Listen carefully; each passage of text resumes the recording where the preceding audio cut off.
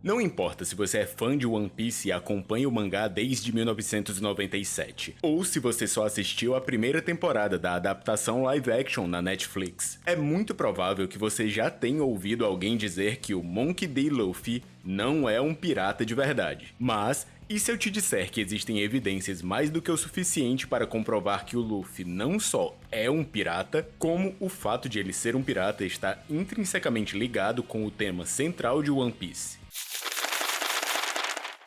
Oi, sou eu, quase literalmente. E nesse canal eu falo de estrutura narrativa, narratologia e conceitos de teoria literária que podem ser aplicados em mangás, animes, séries e até naquela obra que você jura que não tem nada a ver com política. Então deixa um like e se inscreve no canal para entender melhor conceitos complexos, ou quase. Primeiro, vamos deixar claro que esse vídeo é uma análise da primeira temporada de One Piece Live Action. Eu não vou entrar em anime e mangá porque tomaria muito tempo. E também porque eu não acompanho nenhuma das duas coisas. Contudo, o que é dito aqui também se aplica em linhas gerais ao mangá e ao anime. Em One Piece, acompanhamos a história de Monkey D. Luffy, um jovem com poderes de se esticar que sonha em ser o rei dos piratas.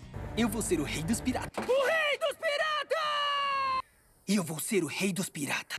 Eu vou ser o rei dos piratas. Nossa, tá bom. Nesse mundo mágico, Luffy embarca em aventuras enquanto vai convidando pessoas para a sua tripulação e segue procurando pelo One Piece, um tesouro lendário escondido pelo antigo rei dos piratas e que deu origem a uma nova era da pirataria. Enquanto navega pelos oceanos, o nosso protagonista ajuda pessoas, liberta cidades e enfrenta outros piratas, o que faz muita gente brincar com a ideia de que o Luffy não seria um pirata de verdade. Uma coisa para a qual ele não tem o menor feitio, porque ele é um amor de pessoa. Mas isso não poderia estar mais errado. Então, se em algum momento você imaginou que o Luffy não era um pirata de verdade, já pode parar agora. Aliás, você já se perguntou o que é um pirata?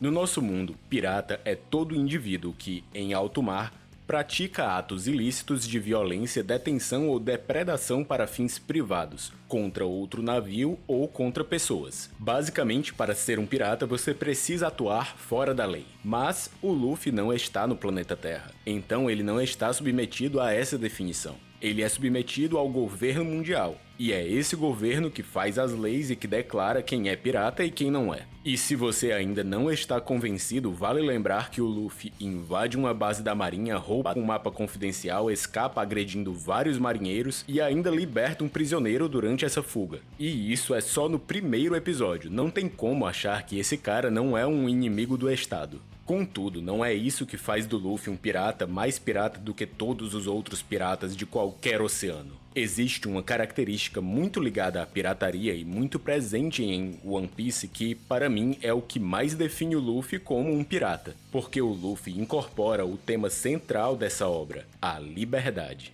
É tudo sobre liberdade. Porque nessa obra é praticamente impossível desvincular as ideias de liberdade e pirataria, visto que, se você não se submete ao governo mundial, você já pode ser considerado um pirata. Não que as duas coisas sejam a mesma coisa, mas elas estão ali sempre andando de mãos dadas.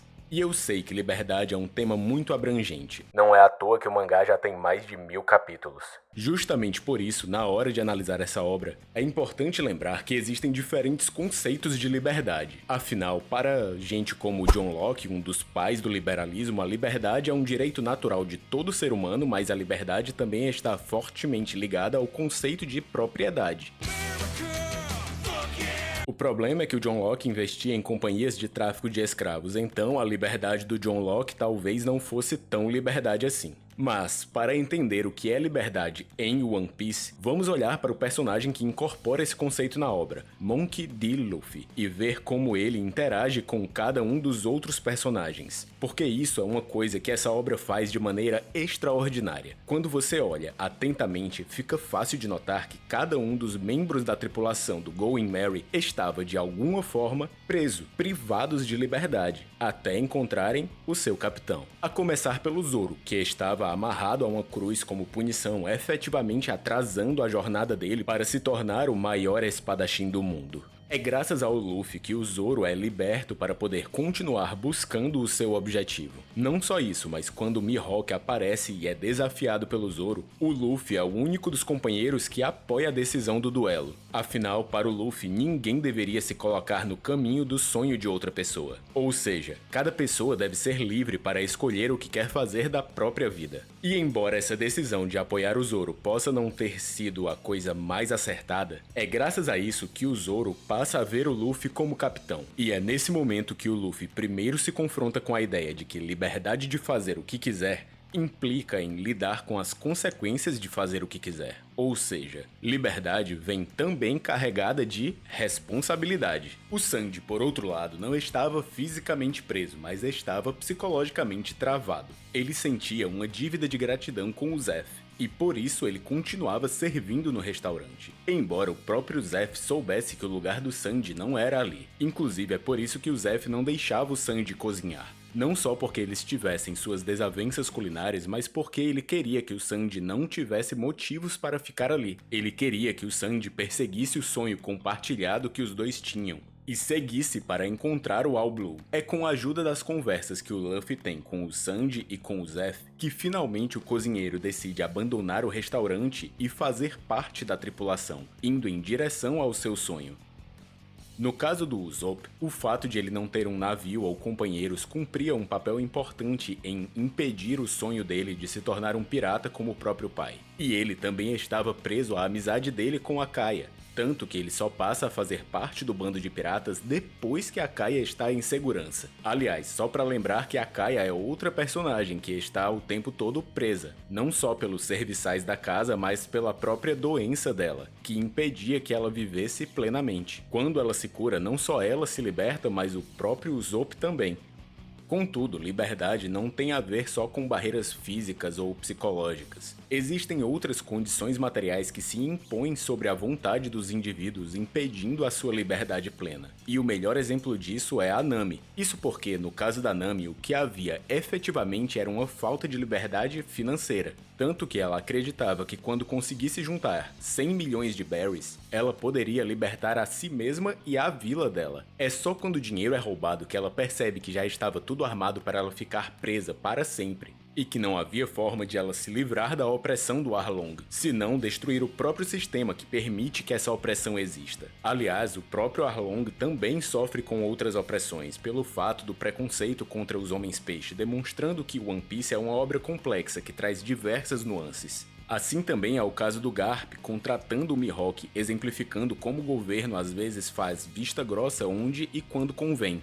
Inclusive, isso também era uma prática comum no mundo real com os corsários, piratas que recebiam permissão para atacar navios de nações inimigas. Essas ligações entre o governo mundial e os Shichibukai reforça que a marinha serve uma função de controle e não de justiça, e isso vai diametralmente contra a ideia de liberdade. Entretanto, mesmo com todas essas nuances e complexidades, One Piece sempre tem uma imagem nítida a respeito do seu tema principal. É por isso que os primeiros vilões são o Bug, que acorrentava pessoas para receber aplausos, e a Alvida, que obrigava o Kobe a fazer parte da tripulação dela. É por isso que o corpo do Luffy é de borracha, mostrando que ele tem inclusive a liberdade completa sobre os movimentos do próprio corpo. E é por isso que mesmo quando o Kobe diz que quer fazer parte da marinha, o Luffy só responde com: Se é isso que você quer, corre atrás, moleque. Porque, diferente da liberdade idealista de filósofos liberais, para One Piece, liberdade só existe quando todo mundo pode ser livre.